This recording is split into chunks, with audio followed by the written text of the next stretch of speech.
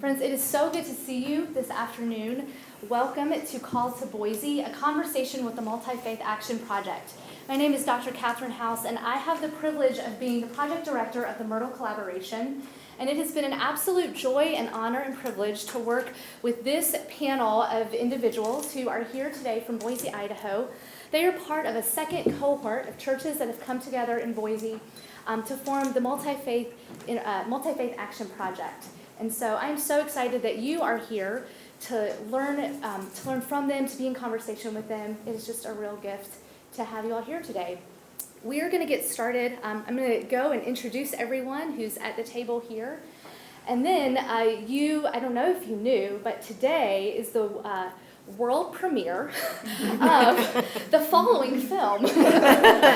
And we will actually all be watching it for the first time. So Jennifer and I have been kind of working on the edits with the producer, Josh Minogue. But this will actually be the first time our panelists are seeing it. So we offer that with our generous spirits of everyone sort of doing something for the first time. That has been the experimental nature of this grant. So we are grateful for your open spirits with us. And so we're excited to show you this film that is going to document a little bit of the story of how this group came together, and then also of their sort of first event together and how they're thinking about their future work. So it's an exciting day for us and just nice to be here with all of you. So I'm going to make some introductions, and then let me just tell you a little bit about the panel. So we have some questions that we're going to be asking panelists, and we're just going to let it be a little bit free flow. So each of these folks are incredible leaders in their own right. So we are just so lucky to be able to have them with us. So I would want them to hear from them each for 90 minutes. So we'll just sort of have some conversation. And then please, we'd love to have some questions from you if there are things we'd love to hear as we go. So that's a little bit about how we'll facilitate today. I want to just introduce my co-facilitator, Jennifer Wilson. Jennifer is with Windley Works, and she has been the coach for this group since the very beginning. So I actually joined this project in June 2022, but Jennifer has been with them from the very beginning of their time together. So that is also a gift to be able to kind of be together for such a long time over some years we've known. So yeah. All right. So without further ado, let me tell you who's here. It is my gift to introduce Shauna Williams to you. Shauna is with the St. Paul Family Life Education Center. Next to her is Dennis Williams. Dennis is also with St. Paul Family Life Education Center, and Dennis and Shauna are the leaders of the Family Life Center. We have Amy Fife. Amy is a member of the Church of Jesus Christ of Latter-day Saints, is a communication extraordinaire. So grateful that she is here. We have Bryn Booker. Bryn is with Just Serve, which is also a part of the Church of Jesus Christ of Latter-day Saints, and is helping with website and marketing and getting the word out. And Bryn has come on to the group and just been so helpful in kind of helping with communication. As you all know, that's such a big part of collaboration, how we talk about ourselves. Reverend Dr. Kevin Starcher. Kevin called this group together in many ways. Kevin was a pastor in one of our first cohort churches. He's the pastor at Covenant Presbyterian in Boise, and asked his colleagues in Boise. I'm not going to. That's a spoiler alert, so I'm just going to let him talk for me. You'll see how it happens. Be quiet. So Kevin, thank you. Jennifer, so glad you're here. And Dr. Michael Ross is the pastor at St. Paul Baptist Church, and also. You're going to hear more. So Michael's coming back up. It's just for the video purposes. So without further ado, I'm going to go ahead and we'll start the video and we'll have some conversation together.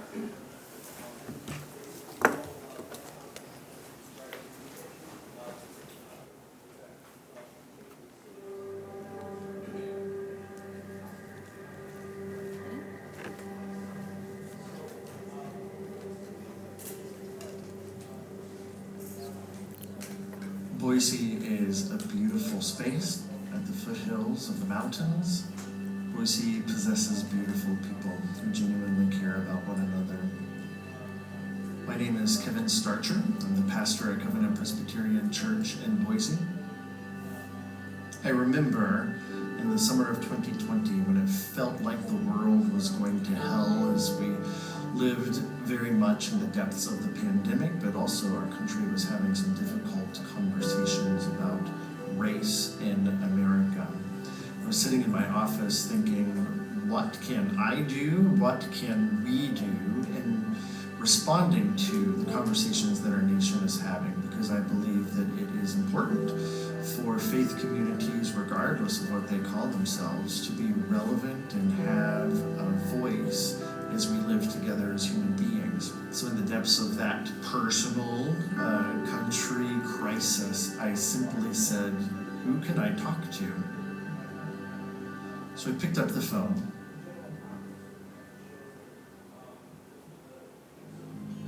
My name is Michael J. Ross Sr. I am the senior pastor of St. Paul Baptist Church. I have been in this position for the last 22 plus years. The year that George Floyd was killed, I was contacted by Dr. Kevin Starcher, and he wanted me to do some work virtually with his church. And Michael was gracious enough to agree that he would spend 3 hours with our congregation, helping our congregation to consider 3 questions. 1, who is Dr. Michael Ross? 2, what is his experience as an African American in Boise? And number 3, how can a predominantly white middle-class congregation be good partners, be good neighbors to Michael and to his congregation, to our neighbors of color? Kevin and I started a relationship. What impacted me most in developing that relationship that is now a friendship is that Michael genuinely cares about his faith in God and what that means for our community. Kevin indicated that, maybe we can do something together. Michael said, how do you feel about working with the Church of Jesus Christ of Latter-day Saints? They've been good neighbors to us. And I said, what a fun challenge to broaden our theological spectrums, to sit down and to listen to one another. But absolutely. So I gave him Amy Fife's name. I am a lifelong member of the Church of Jesus Christ of Latter-day Saints. We had a great conversation, and it just felt so good. It just felt like this was going to be a really, really good experience. Amy was at the Good Friday program that was here, her and her husband and her son. I've had an opportunity to be at their services and have felt uplifted and strengthened in my own faith by seeing their services in action and their teachings. It's just been, I've loved it. And Kevin, he came over here, he spoke, and then I went to his church and I spoke on the Sunday morning. And that's how Mev actually started.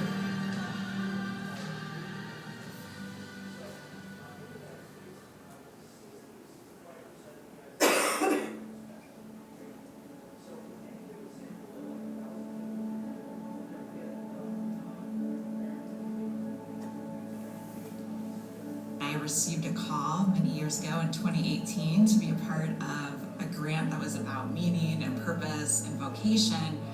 My name is Jennifer Wilson. I'm an executive and life coach. I'm Megan Manlove. I'm the pastor here at Trinity Lutheran Church, and I've served here since November 2010. Connie Winter-Yolberg. I'm the pastor at King of Glory Lutheran Church in Boise, Idaho.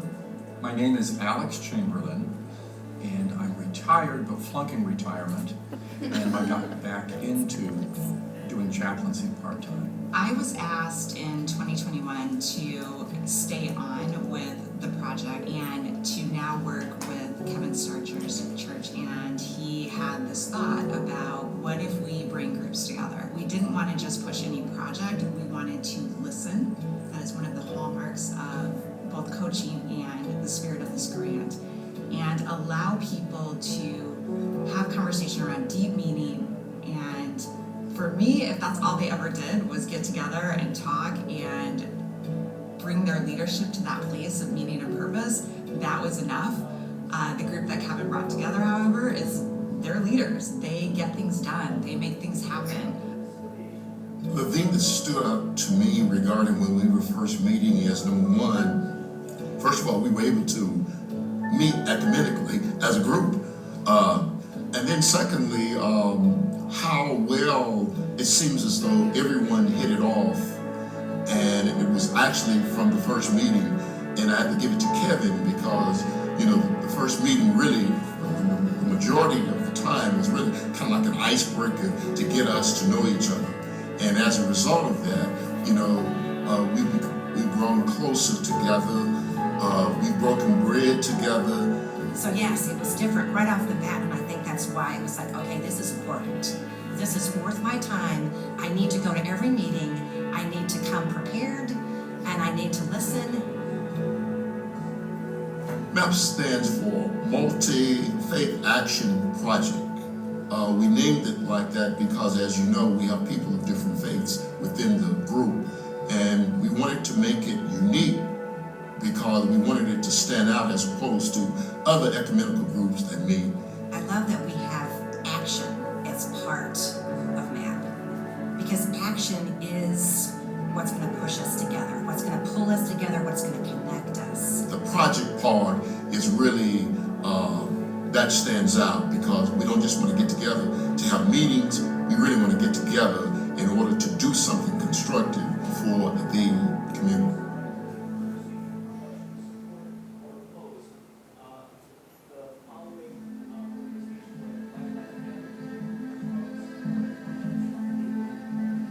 I'm Shauna Williams, and I am the St. Paul Family Life Education Center Board Secretary. And what I do here now is pretty much just try to help get programs going, collaborations throughout the community coming into the center, and that's pretty much what I do. I'm Dennis Williams, and I'm the board president. And what we do here at the FLEC is we try to create opportunities for different groups. We have over 3,400 square foot of space, game areas. We have a lab, computer lab, a mobile lab, and also we cater to Boise Rescue Mission, the kids program. It has been a great opportunity to work with the MAP group and developing friendships, meeting different people in the community, and people working for one common goal to better the community here in Boise, Idaho. Specifically with the Family Life Education Center, the goal of MAP is to help the center to start some of the programs that we have lined up in order to start. The center's goal is to be an extension of St. Paul Baptist Church and meet the needs of individuals that we would not necessarily be meeting through the church. Our mission is really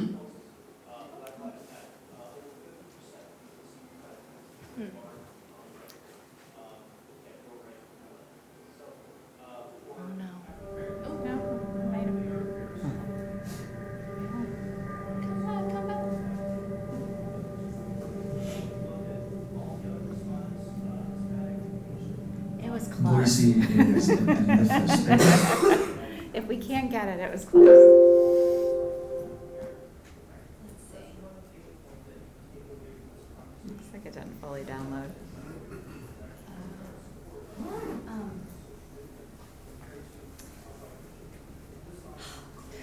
You have to know what happens next. Yeah, the key part What happens?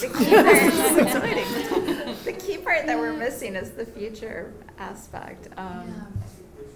So I might do a little bit of technological finagling. So I'm actually presenting on technology tomorrow, so this is funny, but this is like live, right? This is like learning. So were there two files on that disk? Double check. Is there two on that hard drive? While she's doing that, I'll just kick off a little bit.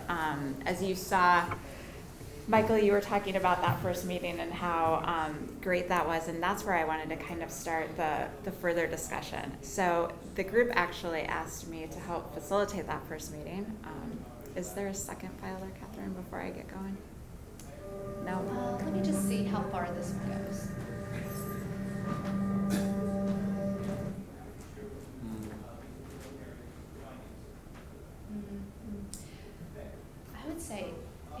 start some conversation. Yeah, Let me okay. see what I can do. Yeah.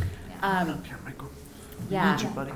So Kevin actually asked me to facilitate that first meeting, and one of the goals was to, I don't know if the goal actually was to take us into vulnerability, into a deeper place of vulnerability, but it was with the intention to know each other in a deeper way. So it's one of the more challenging facilitations that I've done, because I felt like I was pushing and poking a little bit, though I don't know if you all felt that. So I'm going to actually ask you, in those first couple meetings where we really were having those deeper, vulnerable conversations, what did those look like? What did those feel like?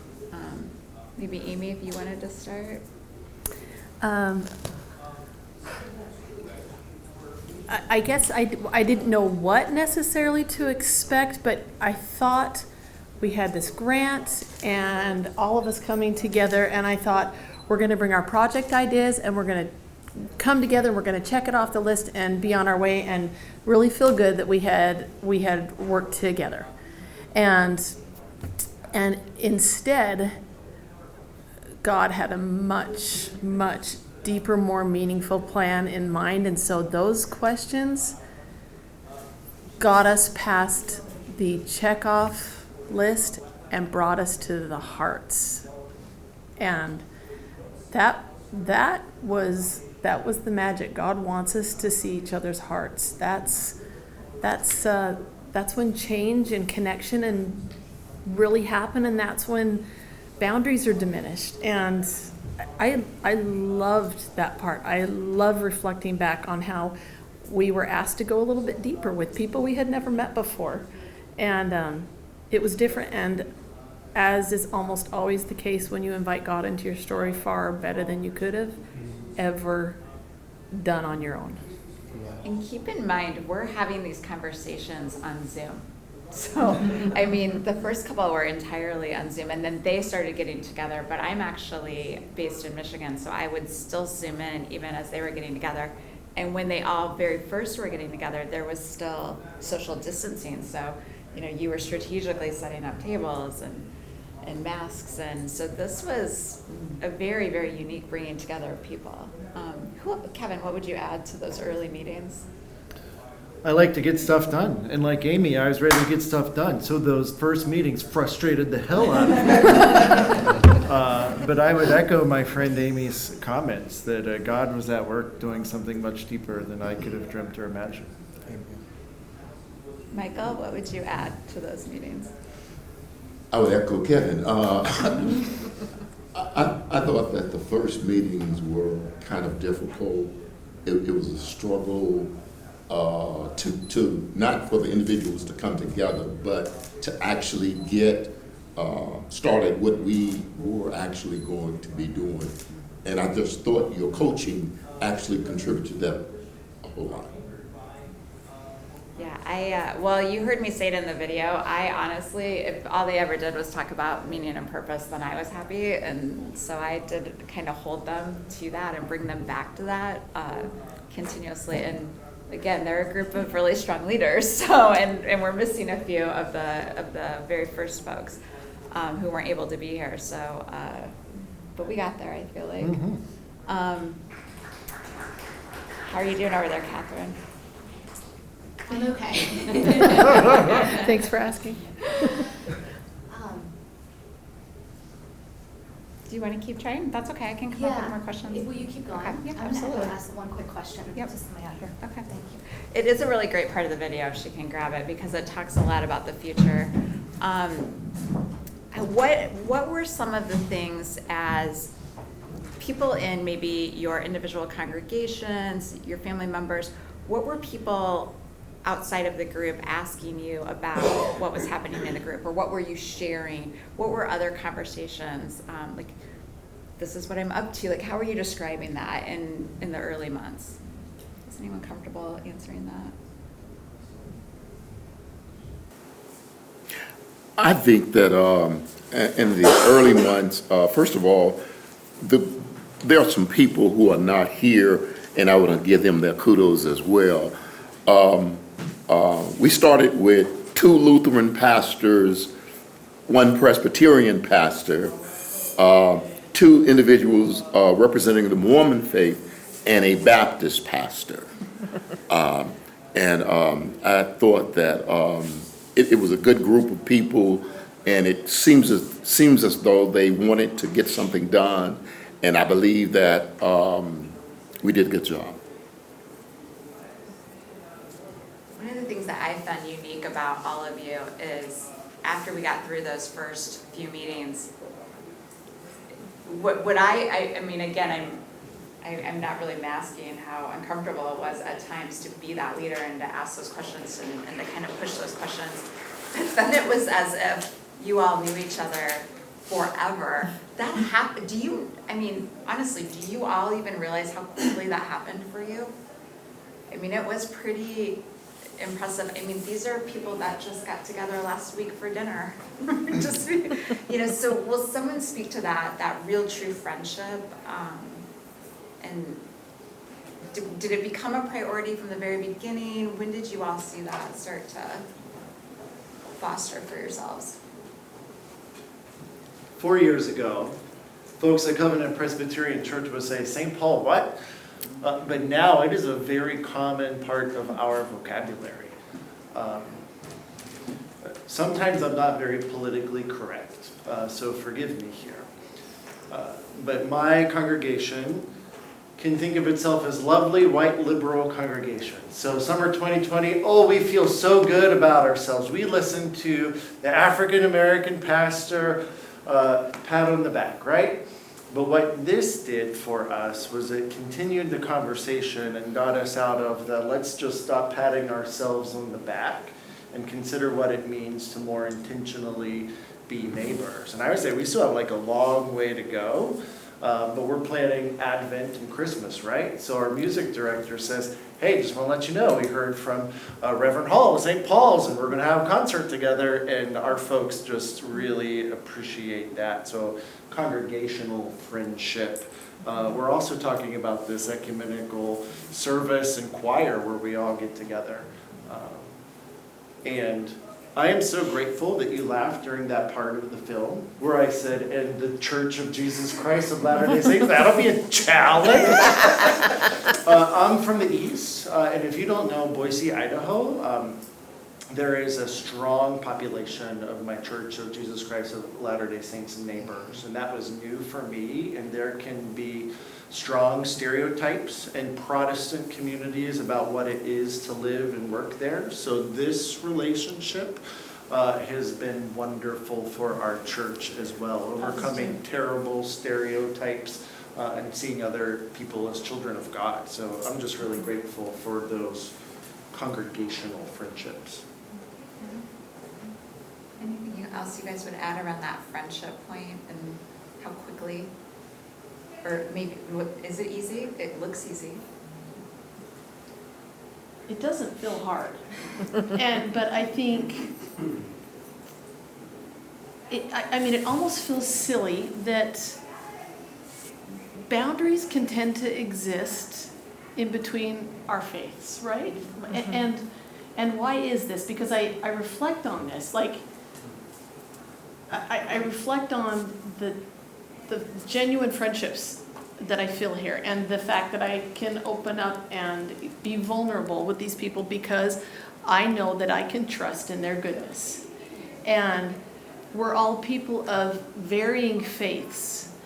And I know that you people are the people that I'm going to trust. I feel like I can trust you because you have that faith as a central point of your life. And so, I'm losing my train of thought here. I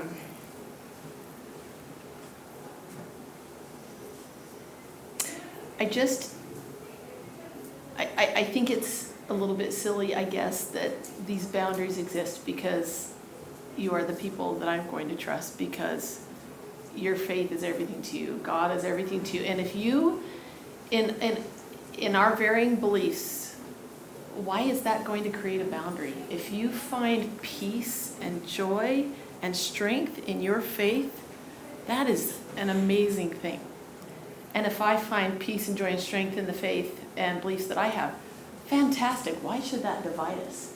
Instead, that is our unifying point. You know, I just shared this quote with you. God is using more than one people for the accomplishment of his great and marvelous work. It's too vast and too arduous for any one people. God needs the Baptists and the Presbyterians and the Lutherans and our Jewish neighbors and our Muslim friends and our friends of the Baha'i faith, and on and on and on. We're all contributing a valuable part in God's work. And boundaries, when I reflect on that, when I reflect on how life-changing this has been for me, and I thought we were all besties anyway before this, but I've realized over the years that there are boundaries that are created in our kind of jumbled human minds and existence sometimes, and they don't need to exist. And we just need to be great with getting deeper with each other, with just loving each other. And that, you know, I think some of the most exciting parts of, I mean, how do you get to that depth? How do you get to that depth? That was part of our, how are we going to have people be experiencing this? And it happens when you're working together side by side with a common goal. So anyway, I'm not sure how that answered your question, but those were the thoughts that were coming to me at the time. There's a trust involved, and that's a trust, I think, that needs to be a two-way street for all of us, and that's the kind of relationships truly that God wants us to have with each other. We're all God's children. And I know, and I love that answer too, because that was one of the things that I witnessed, because in those early meetings, some of the things that they would talk about was work that they had all done previously throughout their careers, in their families, that those were the kind of connections they were making. So they were really, but it wasn't oftentimes you'll come to those kind of meetings and it'll be like you're reading your resume. It didn't look like that. They weren't reading their resume. These were some of the things that we were involved in. You know, Reverend Connie was new to the area. You know, so she would just have come from doing work in California, and so she would talk deeply. And as you just heard Amy talk about, everybody had so much passion in their own individual work. I think that was a big trust builder for you guys. At least that was what I was witnessing. I want to ask Dennis and Shauna, I want to highlight what you guys do and how the group came to you and how that all kind of came together. And Michael, you can help with that as well. But again, they built this trust, and hey, here's St. Paul Family Life Education Center, and that became an easy rally point. I feel like that was a very quick decision. So if you guys can maybe speak a little bit more about your interaction with them as a group, and now you're part of the group, and yeah. So Pastor Ross came to Dennis and I and said, we're in this multi-faith collaboration group, and they would like to hear more about St. Paul Family Life Education Center. And so right before COVID, we had our City Light, which is our women's mission teen group, come over every Thursday, and we were just ramping up. We were just getting things going, trying to get other programs in, and then COVID hit and everything just shut down. So this was the opportunity to spark that light again about getting additional programs and showcasing what we had previously done in the center and what we are continuing to do in the center. And so they had Dennis and I come in and do our presentation of our programs with the teens. And then during COVID, Kevin's church donated for us to start an after-school tutoring program in the midst of it was in school, out of school, in school, out of school during COVID. So we couldn't get that ramping up. So this was our opportunity to get this going again. And so we presented to the MAP group what we were working on in our future projects, and it was wonderful that we got to showcase what we were doing, and then just the Lord blessed us from there. And in reality, when the group first started, there were, I believe, 3 people who knew everybody in the group. And that was Kevin, myself, and I think it was 2 people, to be honest with you, yeah. And basically, I had already been working a little bit with Amy. Dennis and I had met with Amy, and so we were already working, we had a working relationship. And when we got together, as you indicated, it was a little arduous, but the main problem was coming together with exactly what we would do. And once we narrowed that down, one of the things that we started talking about was the Family Life Education Center, and the goal of the center, which was to actually be an extension of St. Paul Baptist Church in order to provide services that were not provided by the church. And Dennis and Shauna, they are actually over the Family Life Education Center, and the MAP group decided that they were going to give $30,000 toward starting some of the programs that we wanted to start at the center. And I'm going to ask Dennis and Shauna to tell you some of those programs. Some of the programs that we currently have at the Family Life Education Center is after-school programs for homeless kids. Also, we are working with refugees to bring them in and tutor them also. And we're still trying to start a group with the Juvenile Correction Center to bring those young men over, or young women over, and provide tutoring sessions for them and after-school programs, and just working with them. And the MAP group has been a really kind of like a big brother to us in helping us get back on our feet to start these programs up. It's a blessing to be in this group and to see these young kids able to have a place to go after school and not on the street. Right now in Boise, Idaho, we have a real big epidemic going on, and I guess it's all across the United States. But Boise being small, a lot of fentanyl use and things like that, and it's not fair for the kids because their parents are out doing things that they shouldn't, and we're just trying to provide them a place where they can come after school and just be themselves, be kids, and yeah, and it's a blessing. I'm sorry. And one of the things about the program also is that it's bringing together the members of the various congregations that are a part of MAP. And those individuals will be volunteering in order to serve as tutors in our tutorial program. And one of the other programs that Dennis didn't speak about is we want to also start a prison reentry program. And so those are some of the programs that we are going to try to get off the ground with the monies that received from the MAP program.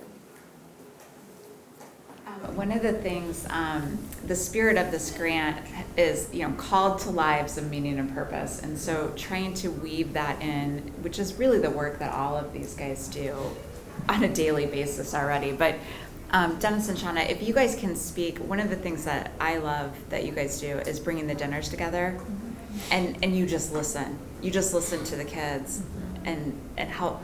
Will you guys speak about that and some of those dinners? Because that just ties so well.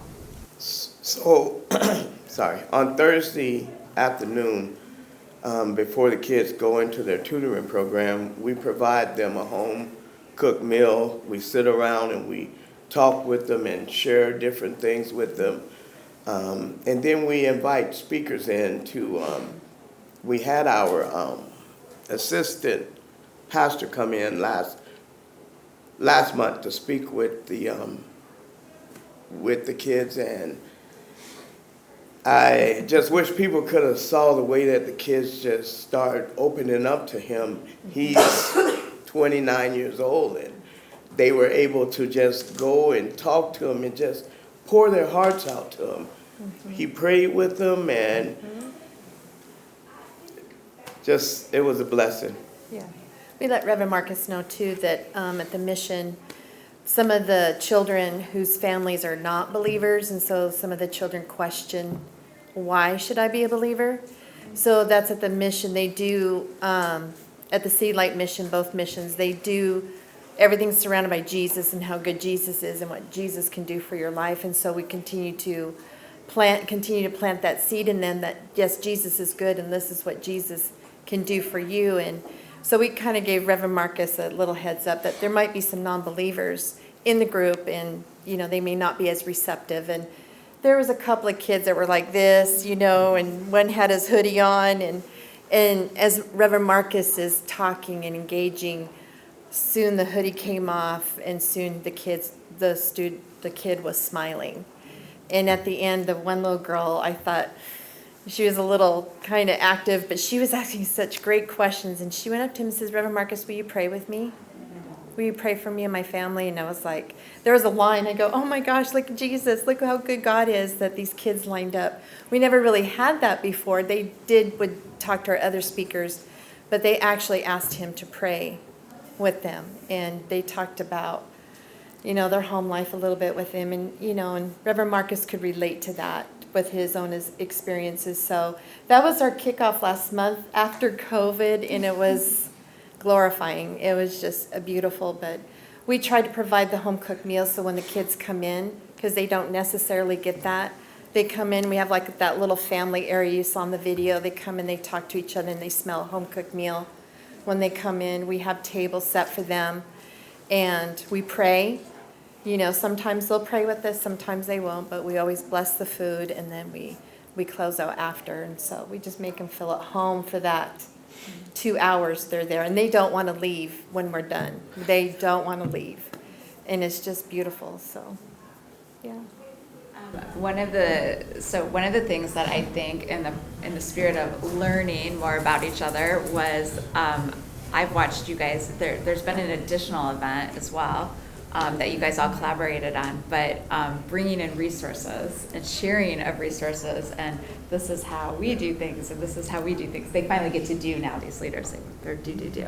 But that's where Bryn comes in and some of the work that you've done. And so speak to that, like how you guys have talked through that, how you look at some of these projects and combine resources, like how that works, the logistics, I guess, of it.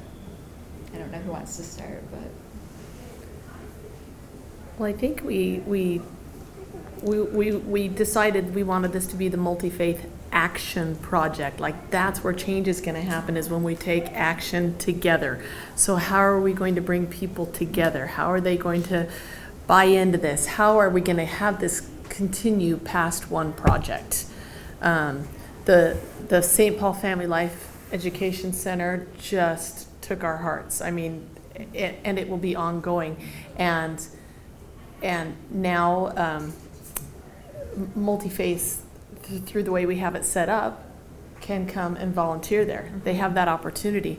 And other projects that we've decided to do, the Feed the Hunger event, which I'm sure we'll get to later, multi-faiths, so many different people were able to sign up through this particular resource. We were like, should we create a website? Should we do this? Should we do that? And then realized we didn't have to recreate the wheel because we use a volunteer community service called Just Serve, which Bryn is the master of knowledge with that. And I'm not even going to touch it, Bryn. Well, I feel like it's a huge blessing that they trusted Just Serve with the map, because we're so lucky that we get to have the map on Just Serve. And for those who don't know what Just Serve is, it is a website and an app that lists volunteer needs for anyone to be able to come and volunteer with. Any nonprofit, community, government, faith group can put their needs, their volunteer needs, their donation needs on this website and app. and anyone in the community can come and access it. It's sponsored by the Church of Jesus Christ of Latter-day Saints, but it's for anyone in the community to use, all over the United States, Canada, and other countries. So it's probably where you're at right now if you're wondering if it's there. But what's amazing about how the map utilizes it is we have a volunteer center for the map on Just Serve, and that means we have been able to invite any organization that's a faith-based group to the map and say, come and join us on the map on Just Serve, and we can bring their organization under this volunteer center under the map. And in so doing that, we get to bring their projects that are listed on Just Serve. And so we get to tell our friends, say, go to the map, look at our wonderful Flex Center that's on there, that we can go volunteer for the wonderful opportunities that they have right now to be able to serve.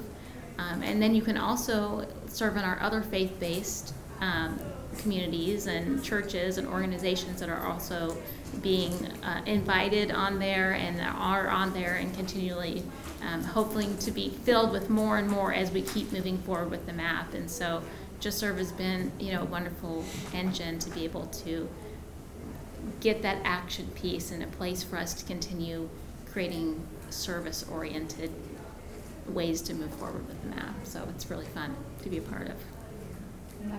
And wasn't there something with Reverend Connie's husband in your church? Wasn't there a link there too that happened? Oh, there are lots of cool links all spread out. Right. I mean, it's a unique combination of like crossover services that's come into play, of course.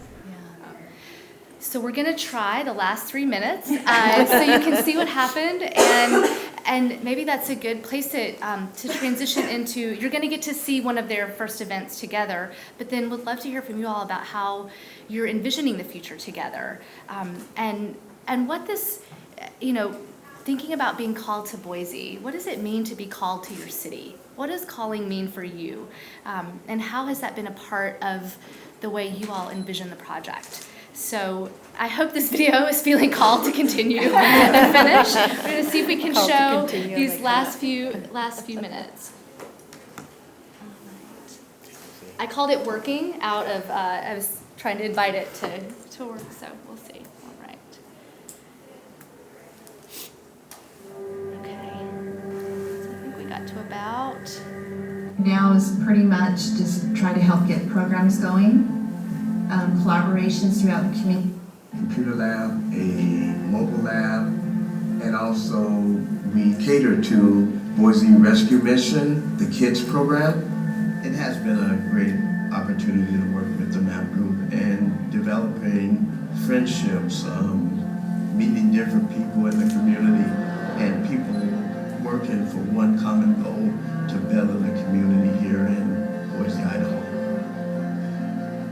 Specifically with the Family Life Education Center, the goal of MAP is to help the center to start some of the programs that we have lined up in order to start. The center's goal is to be an extension of St. Paul Baptist Church and meet the needs of individuals that we would not necessarily be meeting through the church. Our mission is really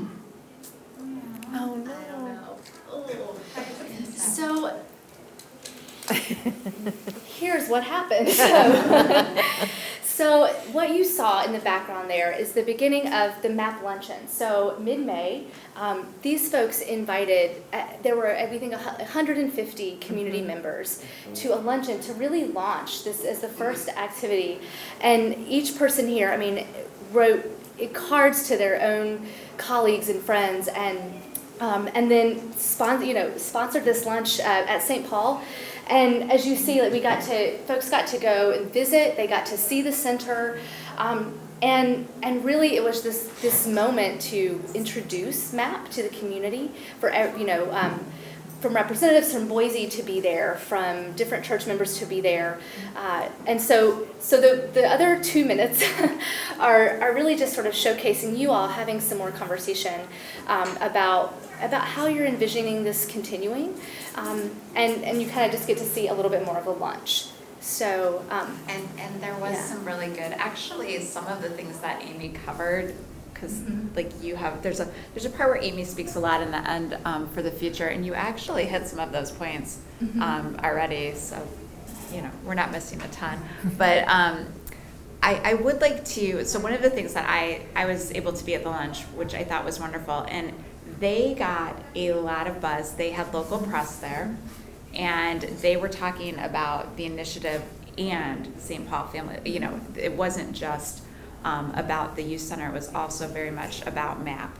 And there was someone from the mayor's office. It was very interesting. Can you guys speak to how you felt about the community coming out and supporting you all in that way? What were your takeaways from that?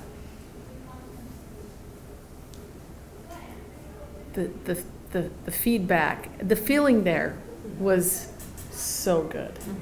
I have a pastor friend. She pulled me aside and she said, "This I've been a part of a lot of interfaith councils, groups, whatever." She said, "This is the one. This is the one I'm looking for. It's not a political approach. There's not an agenda, a political agenda. This is just people bringing their goodness to the table and working together, like action, right? There's that action word that she said, this is the one that I want to put my effort into." And I think the feeling was just so good. It can't not be when that is your focus, when your desire is to, how can we work together to better strengthen our community? How can we come together to create healing and better understanding of one another? How can that not feel good? That's what we want, right? We don't like the division. We don't like the boundaries. Our spirits repel that, really. And so the feedback was good. It was exciting to feel that. It was exciting to see others excited about it, and to catch the excitement that we had been feeling all of these months as we could literally, I really felt this. God's hand was in this the entire way, all the way through. And again, just becoming something better than any of us could come up with ourselves. And then in addition to that, one of the things about MAP was not just bringing the leaders together, but also the congregations.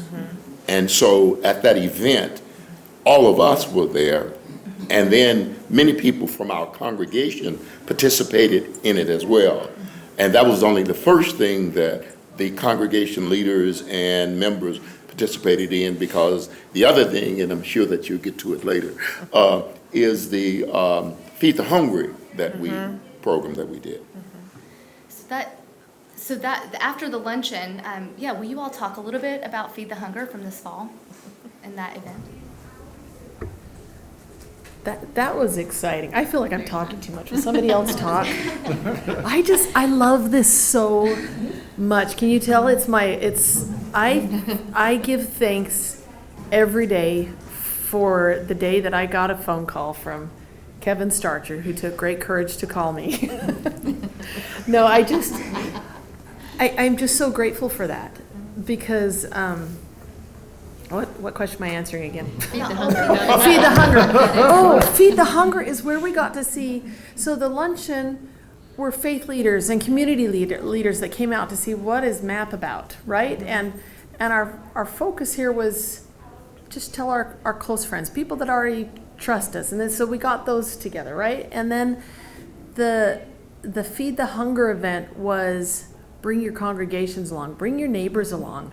Go to Just Serve, sign up through there. And it didn't take hardly anything for those spots to fill up. And we had such a broad spectrum of faiths there. And a lady came up to me afterwards and she said, at our little station, because there were stations set up, we created, put together 100,800 meals during those 2 sessions that afternoon, we had a luncheon in the middle of that where we could just break bread together, because there's magic in eating together, isn't there?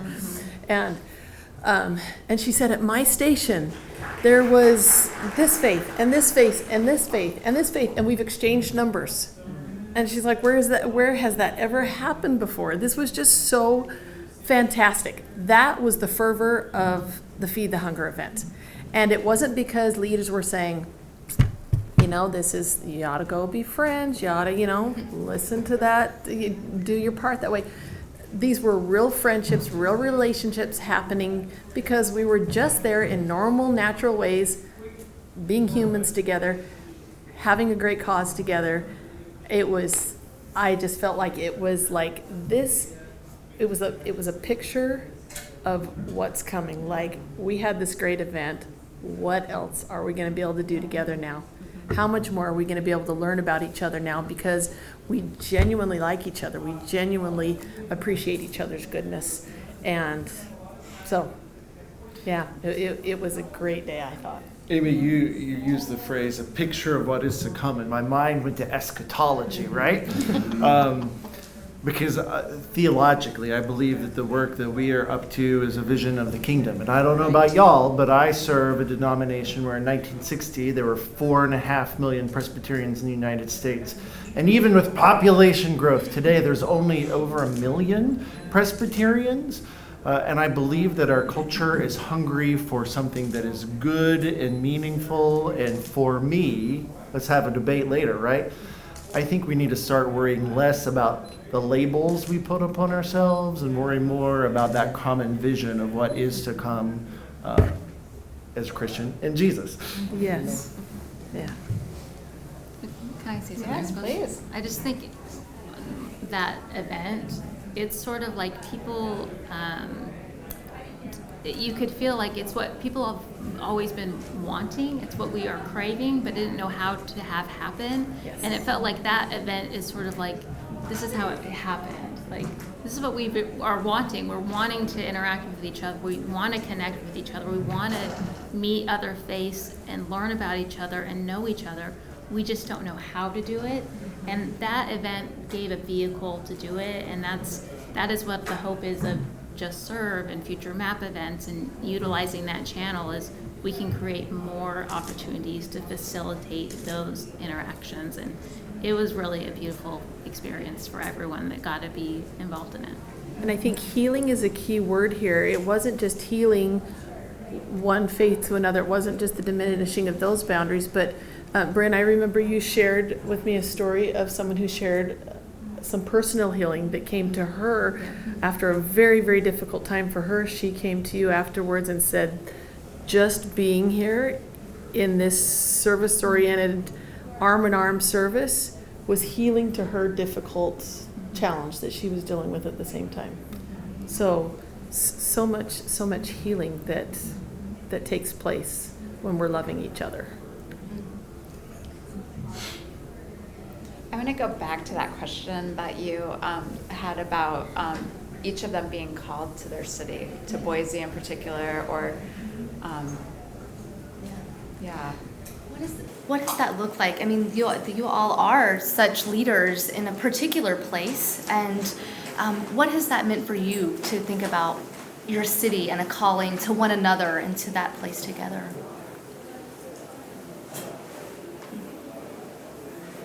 For me, it's a call to action.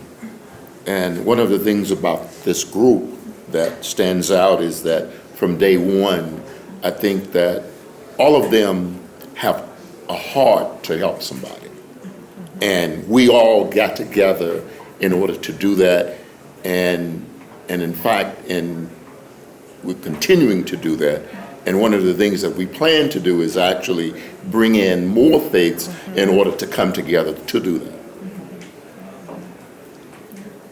And I think it's important to point out, too, that while we have these big MAP events, and we plan to do more, in fact, we've narrowed it down to maybe like we can have 2 or 3 big events of the year, something like Feed the Hunger, maybe a symposium type event where we listen to a speaker, or we share, come together like that in a luncheon type setting or whatever. But we don't have to wait for those big events, because as congregations and different faiths have their own needs, right, that they're already involved in, they're putting these under the MAP section of Just Serve.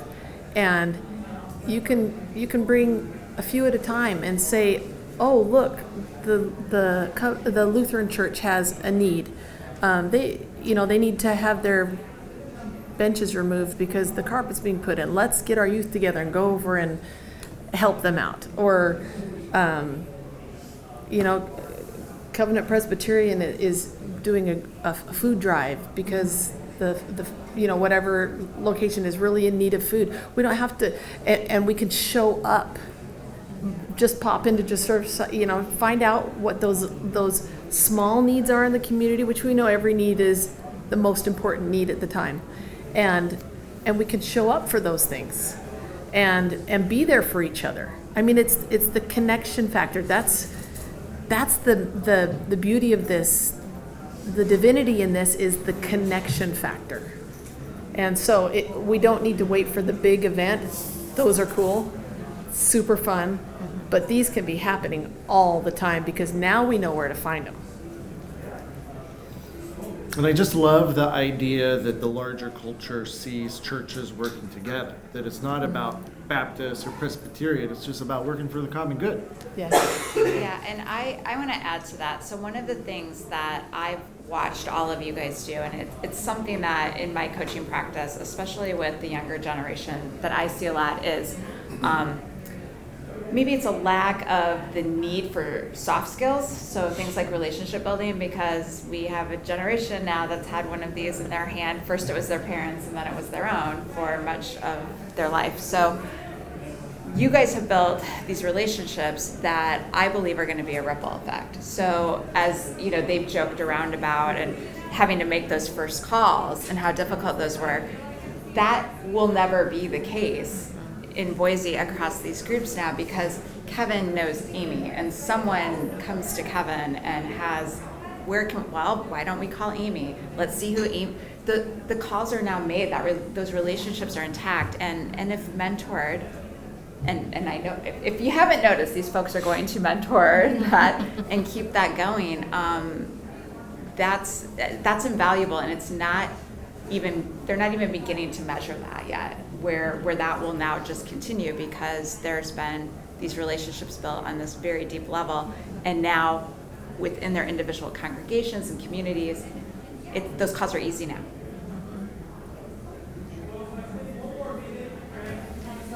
Well, why don't we open it up for some questions? What questions do you have for these folks? I guess I have a more practical question. Were any of you all in ecumenical associations before this, or was this all a straight cold call that started it? That's a very practical first question. For me, it was all cold calls. 2020, I cold called Michael, and then he was like, "Oh, you should talk to Amy." Like, who's Amy? So I cold called her. So Boise did not have an ecumenical council per se that worked before this? No. Wow. Okay. And Kevin's congregation was a part of the first cohort of the Myrtle collaboration, which is at Louisville Seminary. I'm not sure I said the name of our school first, so our cohort is called the Myrtle Collaboration at Louisville Seminary. So the first there are awesome first cohort folks here too, and Kevin's congregation was a part of that first initiative. And then Kevin, in the second cohort, the way that the grant was structured for the second part was to think about what it would look like to be in collaboration with geographically located churches. Which I think became, so interesting, right? Like another kind of impact of COVID, right? So everything is online, it is virtual, so we can be connected to so many people. But one of the things that came out of this for you all, well, what does it mean for us to be connected to those who are in such proximity to us? That just the geographical piece of that is something, was a unique kind of thing that happened in that second kind of piece. So that is just to add that other sort of layer of where that fit within the grant initiative. largely. But it was, it was folks taking that initiative. I mean, part of what such a gift of the Call to Lives, the Meaning and Purpose grant was, experiment with what it means to be connected with one another. Experiment about how you are going to discern your meaning and purpose. And that language, so what, Kevin was, I have a question. Who do I need to talk to? I mean, what if every single question, what if we started that way with everything that we did? Like, who do I need to talk to about this? Who do I need to listen to? Who needs to help me understand? That's what I hear in that when you say that, Kevin. Who knows a little bit, who's closer to this than I am, who can bring that wisdom? And even in those moments, of such, when we were so far away from each other, we needed one another the most. And so that just was a little bit, just to give a little bit more of texture to that origin. Yeah.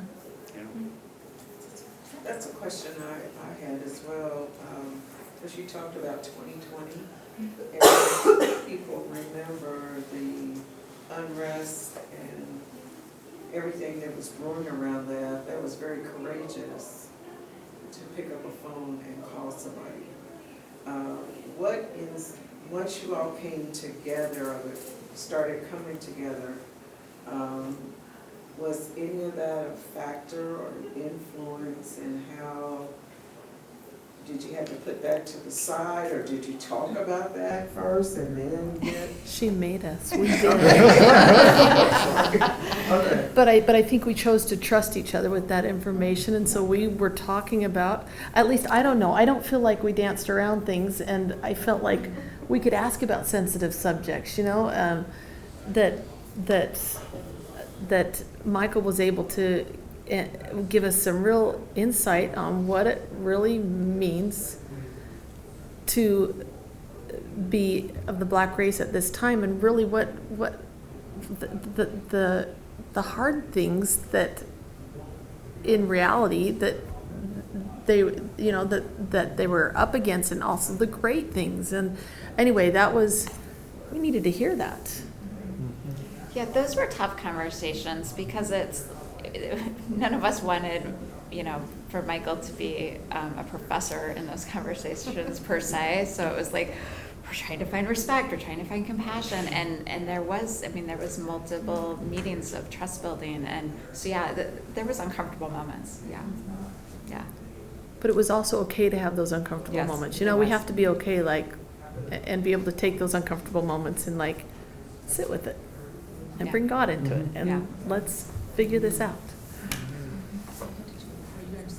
Oh, question, Oh, thank you very much. So I have to say thank you for the great work that you've done, and my church in New York City is a beneficiary of the Myrtle Collaborative, so we appreciate what you've been doing. I just wanted to find out, in embarking on this journey together, was there, in terms of the actual work that you delivered, were there any needs assessment done to understand I may have missed it in the presentation.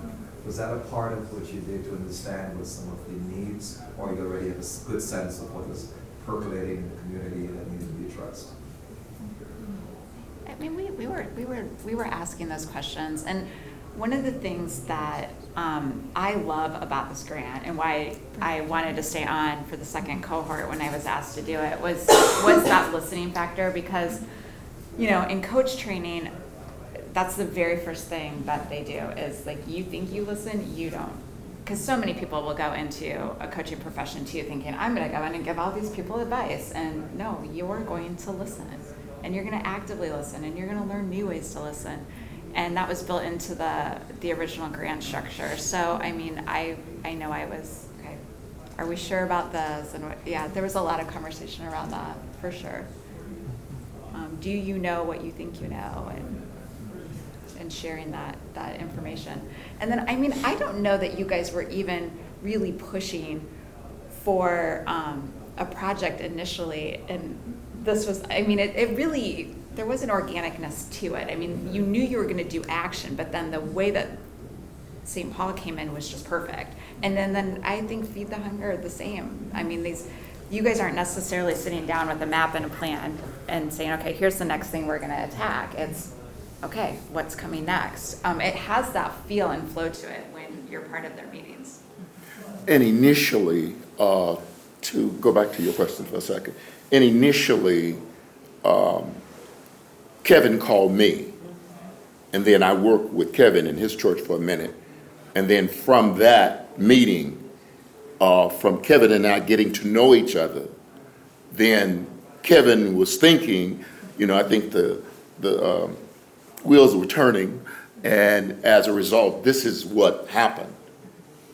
Okay, and as it relates to a needs assessment, I think one of the things that Kevin wanted to do, and Kevin, you could tell me I'm barking up the wrong tree, is to help St. Paul to get the Family Life Education Center off the ground.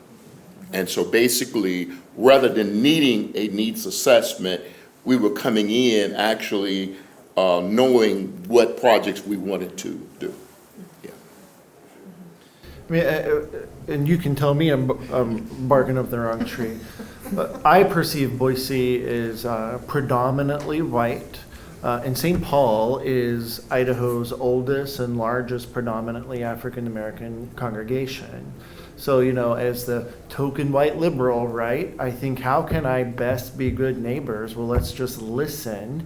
And if we can coalesce around an event where we're getting a diversity of people working together, supporting the mission of Idaho's oldest, largest, predominantly African-American congregation, like we're inherently doing race work, just getting people working shoulder to shoulder. So I really, for my congregation, really appreciate that aspect of what we've been able to do. Well, and let me just add to that as well. So when I came in and started working with Kevin for the second cohort, this wasn't the plan. We didn't have a plan. We had a conversation, and here's some of the things that I'm working on and the conversations I'm having. And you brought up the conversation you're having with Michael, and then Megan, who's not here, you and her were talking about ecumenical work. And so there was not Kevin, I have this dream. I mean, it really was multiple conversations and relationship building that was starting among different ones of us that then eventually brought us all together.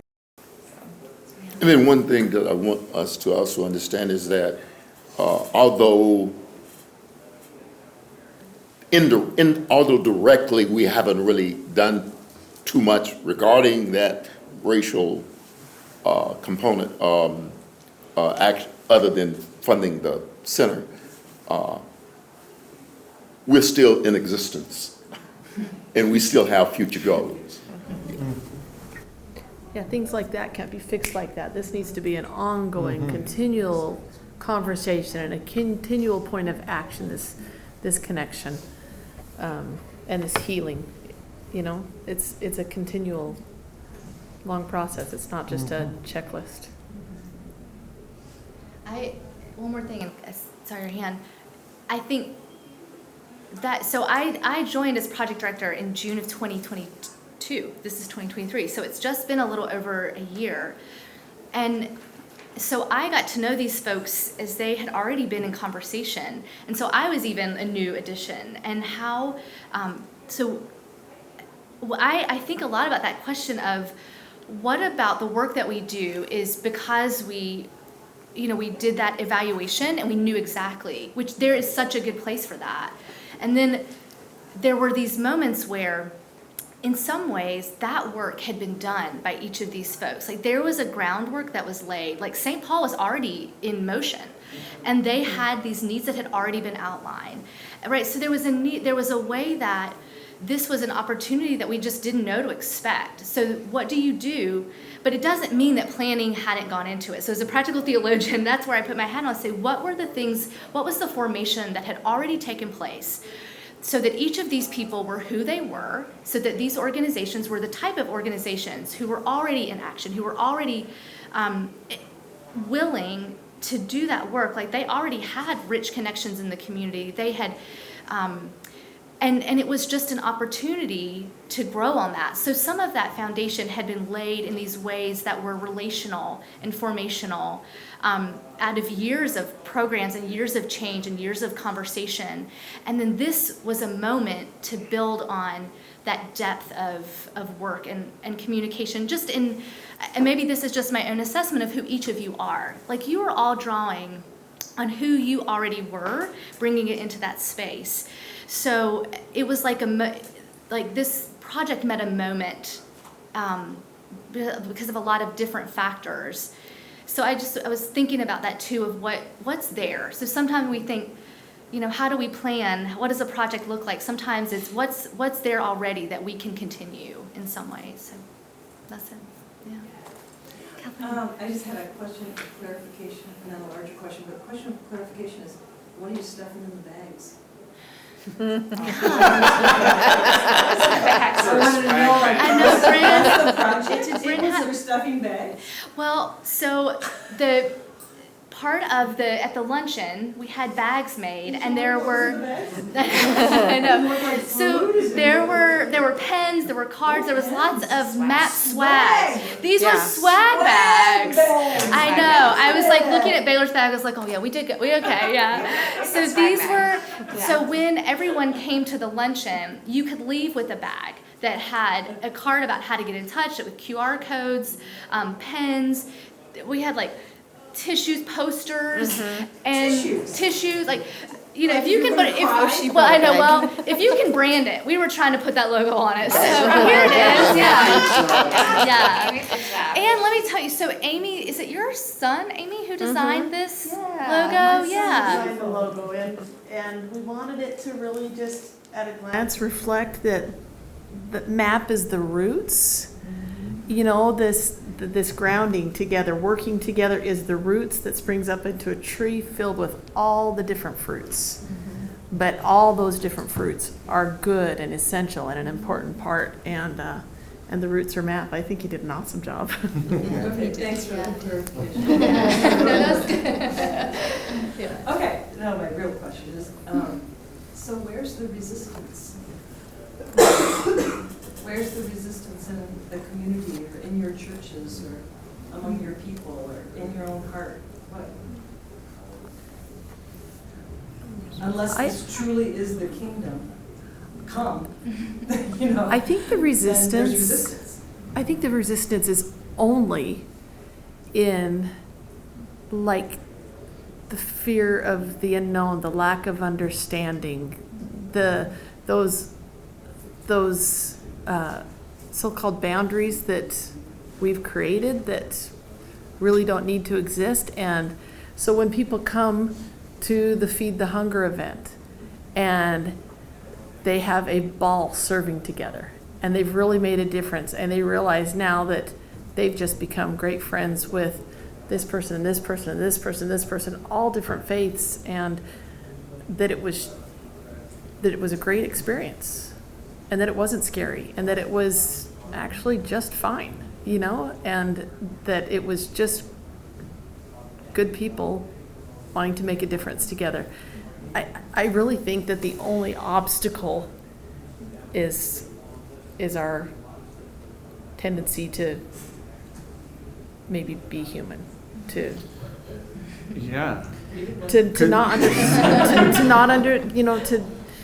be worried that we're going to offend, or we can't talk about something, or there's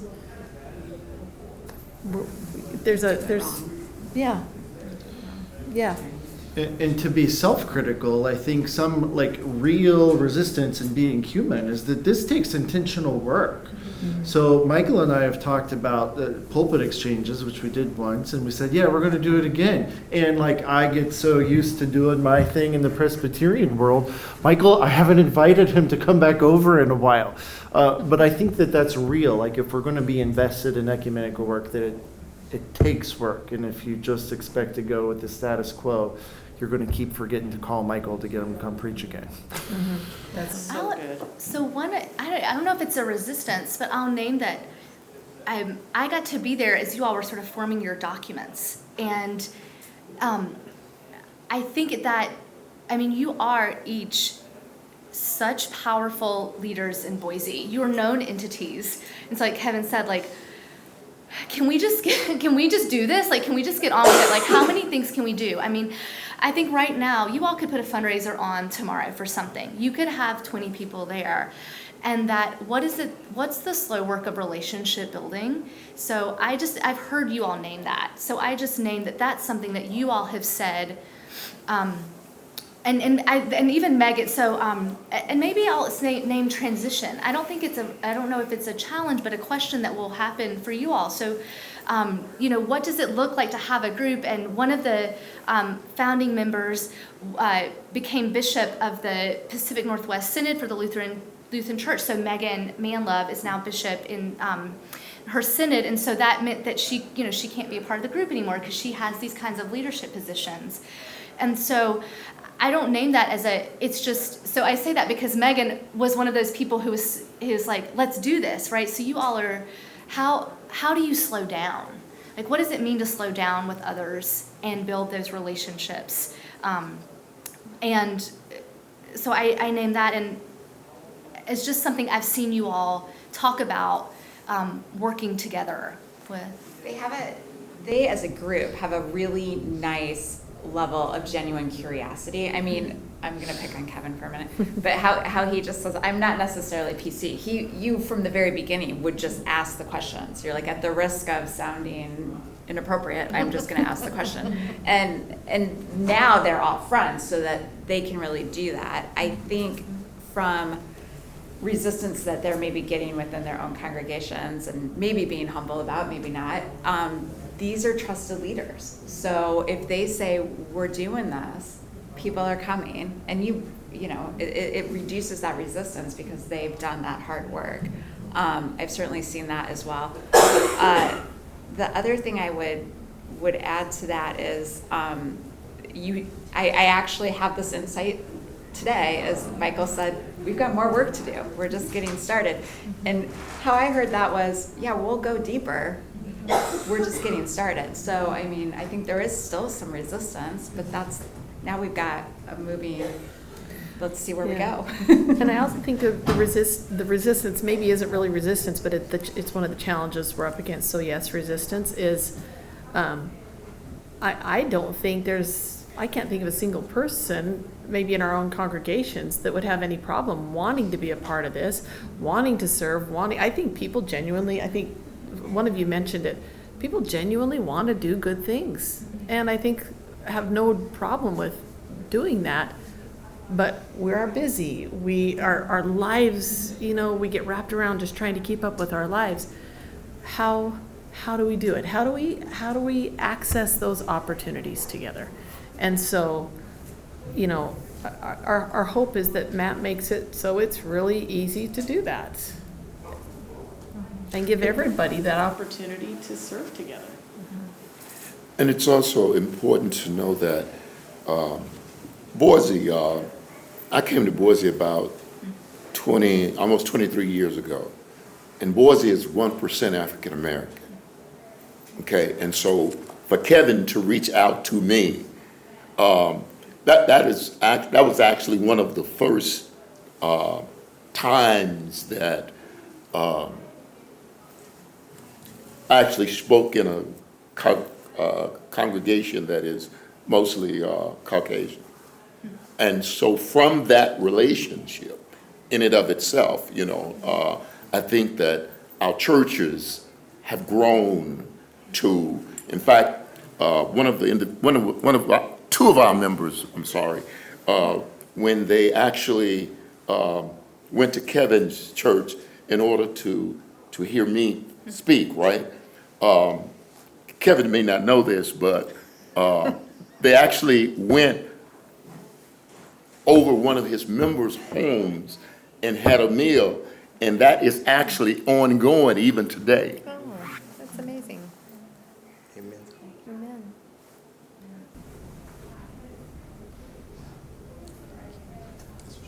What would you say, I mean, I can share, like, I'm in a position of, like, really being called to a particular city, as a church planter. I have a large ecumenical network of leaders that I work with, and I have some consistent partners that I work with, and I'm interested, I have in the past tried things and is interested in the future in building like consistent, organized ecumenical partnerships that are similar to what you're doing. So what would you give as sort of like keys to success, or what sort of lessons have you learned or you give to somebody in that position? I would say the first key is to make sure that you put the right people on the bus. You know, Jim Collins has a book out he wrote a while back called From Good to Great.